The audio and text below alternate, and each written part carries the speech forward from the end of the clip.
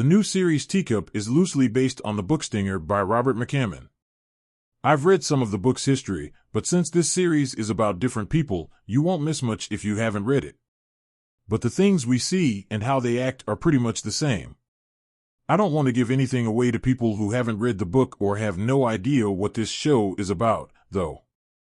Also, horror star James Wan is an executive producer on the show. But keep in mind that he is just one of many people working on this project, and I think his name is mostly being used to promote the show rather than having a big impact on the way it is made. You already know how they act when a big name like James Wan has only a small role in a project like this. Also, let's be honest, James Wan could have just shown up and poop on set, and they would have given it his name. Anyway, let's just jump right into this for those of you who haven't seen the first two shows yet. For those of you who have, let's just guess where things are going. Anyway, the first show starts in the woods with a woman desperately trying to get away from zip ties while a dog chases her. Jesus Christ, she's having a hard time. And then all of a sudden it looks like something has taken over her, like a property. I think she says something that sounds like Murder Maker, but I'm not sure. Then we cut to a farmland and see, from above the trees, a woman named Maggie and her son Arlo trapping what looks like a wasp or hornet in a teacup. This is certainly a hint at what's to come. The grandmother in the kitchen gets some strange sound on her Bluetooth speaker for a short time while she goes outside to free the wasp. You know what I mean? Right now it seems like nothing is going on, there's just some static on the radio. Before Maggie can free the wasp, she runs into her husband James. He tells her that the animals were scared of something, especially Ginger, one of the goats. We're not sure what it is yet. We also learn that something is going on between them that is making their marriage worse, but we don't know what it is yet. Arlo sees Ginger, the goat, leave the yard after seeing Maggie free the wasp. It looks like something is still bothering the horses when Maggie walks into the barns. She walks back into the house after calming them down. At this point, though, we see Arlo leave the yard to chase Ginger the goat. Soon after Arlo walks into the trees, we see the woman who was running away earlier watching him from afar, in a creepy way, if that's even a word. We find out later that James's mom Ellen is living with him because she's lonely and wants to be close to her kids and grandchildren. It sounds like Maggie and Ellen have been fighting because they wanted to make up, which is always a tough one, right? You should tell your mom not to come stay with your family if you and your wife are already having problems and you want to keep your family out of it. That's a lot of stress, but I'm glad it's not me. Things have never been this bad for me. It just sounds like a hassle. Anyway, Maggie goes to get Arlo for dinner and finds that he's not there. No one in the house can tell her where he is, so she starts to ask around. But James, the father, thinks that he's just hiding, which makes sense since kids do stupid things like that all the time. That is why it makes sense that they are not panicking right away, you know?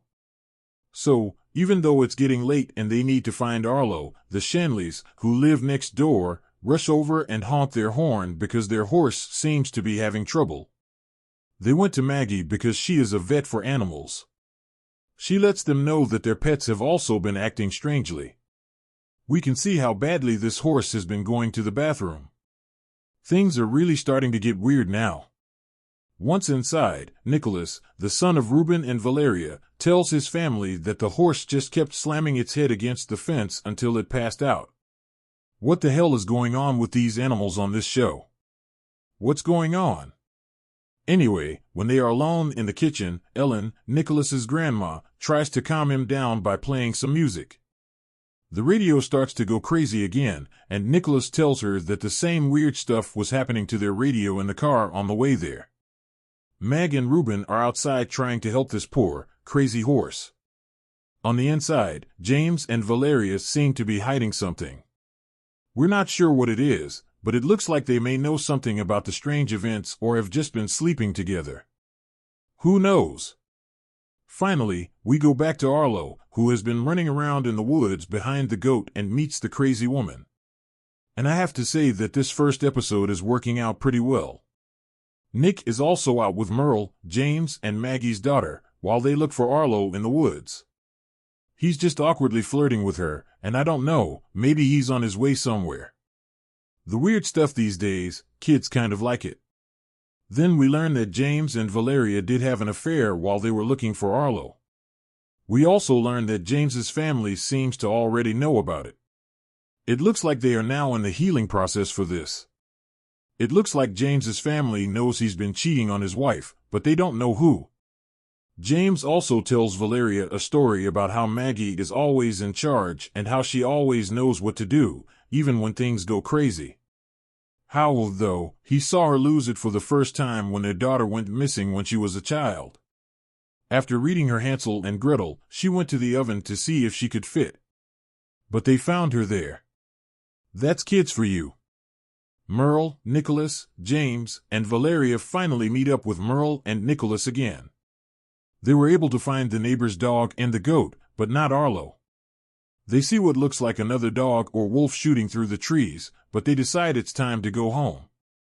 It's getting pretty creepy outside. Then we finally go back to Arlo and see the weird, creepy woman standing over him in the woods. Then she looks into his eyes with her mouth wide open. We see something go through the woman's eyes and then through Arlo's eyes, as if she had just sent something into his body. Then, back at the house, Donald and his wife, the next neighbors, show up just in time to see that their dog Duke has been found. James tells Donald that they most likely saw a fox in the woods. Donald then tells James that it wasn't a wolf and that it was probably the same rabid dog they saw earlier. And Donald is always pulling out his gun, so he just wants to go kill it. We then see Arlo walk back up. He's badly hurt and repeating the same crap that the woman was saying earlier. At this point, I think it's safe to say that whatever was in her is now in him. As the crazy woman slowly wakes up in the woods, she seems to be back to normal. She is now calling for help. Then we see the weird wild dog attack her really hard. After that, we went to the road and saw a man in a mask pull up. After getting out, he sprays a blue line on the ground, and that's the end of episode 2. So far, it's been pretty interesting, but let me go ahead and summarize episode 2 before we start making assumptions or having any kind of conversation.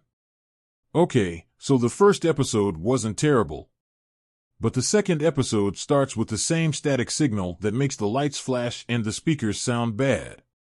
They are basically telling us that something scary is now here. Their phones no longer have a signal, which makes them want to call for help for Arlo. After that, James runs to get his car so that it can take him there, but it won't start with the other cars, and then the power goes out. So everyone decides it's best to check on Arlo inside. For a short time, it looks like he's acting normally, but then he flips and tells Maggie they need to leave. He then starts singing in a strange way again before passing out again. There is a lot of talk in the kitchen about what the hell is going on with Arlo between Ellen Valeria and Donald's wife Claire. After that, James and Reuben are getting ready to ride their horses to get help, but before they can leave, they see the strange visitor stopped at the front of their driveway. Now that he has crossed, the strange man writes "Don't cross the line" on a whiteboard. We also noticed right away that this guy's car works, which is something I forgot to note. Of course, that means that these events don't touch everyone, and secondly, I think this has something to do with the line that was drawn at the end of the last episode. James and Reuben tell the man that Arlo needs help and that they can use his car. In order to make his point clear, the man pulls out a gun and points at the paper again. Don't cross that damn line. I added damn to make it sound worse, but I'm sure you get the point. Back at home, Arlo tries to cut Maggie's behind while this is going on. He then starts talking some weird stuff and says Maggie needs to let him go. He then trips and falls again. He tells his mom that he's not doing these things and doesn't understand what's going on. We watchers already know that Arlo is infected with some kind of alien creature. He takes the mug and walks over to get a handful of marbles while he is still in the room with Maggie. After that, he puts 10 marbles on the ground and puts the teacup on top of them. Then right away, based on what has happened so far, we can guess that these 10 marbles represent the 10 people who are currently inside the blue line of their farm. John, Maggie, James, Arlo, Ellen, Reuben, Valeria, Nicholas, Donald, and his wife Claire are all there. Later, we cut to Donald in the woods. He says he's trying to protect James' kids by killing the rabbit dog that he and his wife said they saw earlier. But to be honest, Donald just seems like he wants to go shoot some crap. At that point, he really couldn't wait to get that gun. Donald trips over the woman's badly hurt body in the woods. When he turns around, the dog he's been looking for is now hanging over his gun. Donald starts to slowly move away and hauls his ass back to the farm. Back at the farm, the unknown man draws a circle with two X's inside it to show James and Reuben that they are the two X's inside the barrier. Donald comes running out of the woods at this point, with a strange wild dog chasing him. After that, everyone just stood there in shock as he started to fight with the dog next to the blue line. Donald is finally able to throw the dog over the line, and then the craziest stuff starts to happen. The dog's body slowly starts to snap, crackle, and pop. His body gets twisted and warped, and his guts start to pour out. Things that happen to the dog end up being some of the silliest, bloodiest crap you've ever seen on TV. The strange man taps his car again to get everyone's attention while James, Reuben, and Donald look over at the dog's badly hurt body. He did not cross the line that was drawn on the board. The man then writes one last thing on his whiteboard: "Don't trust anyone." The show is already interesting, but that whole scene would have been the perfect reason to keep watching. Back inside, Claire tells Ellen and Valeria in the kitchen that she has Duke with her to protect her and that she's going home to call for help. They try to convince her to stay, but she doesn't seem to be open to change. Then we cut back to the guys outside, who are still stunned by what happened. I would have been too.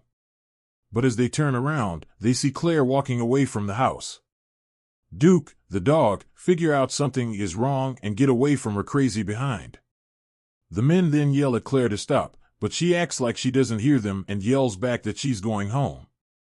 Donald tries hard to keep Claire from going too far, but she fights him off and does. We only see Donald's hands slowly start to change shape as he reaches out to grab and save her. The skin on his fingers and arms starts to melt. Then Donald has to watch as his wife slowly turns into a mangled, bloody, and sloppy body statue whose guts are sticking out. The alien inside Arlo then takes the wool again and uses a dictionary to try to talk to Maggie, telling her that they are stuck. After that, Arlo comes to and tells Maggie that the man in his head told him they needed to hide because it was coming and would kill anyone who got in its way. That's the end of episode 2. That's pretty much proof that the family is trapped under a dome-shaped object that looks like a teacup, which is where the show's name comes from.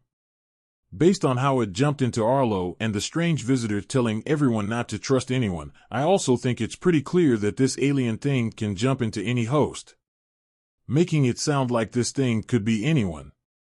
Like The Thing, which is one of my favorite scary movies. At this point, it looks like everyone is a target, and we don't know if this thing is evil or not. I guess we'll have to watch the series to find out. That being said, I thought the first 2 shows were pretty interesting.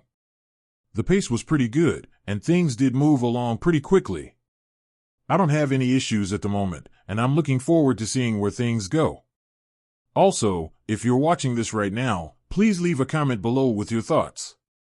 Are you paying attention? Were the first 2 shows enough to keep you interested? I'm definitely interested to know.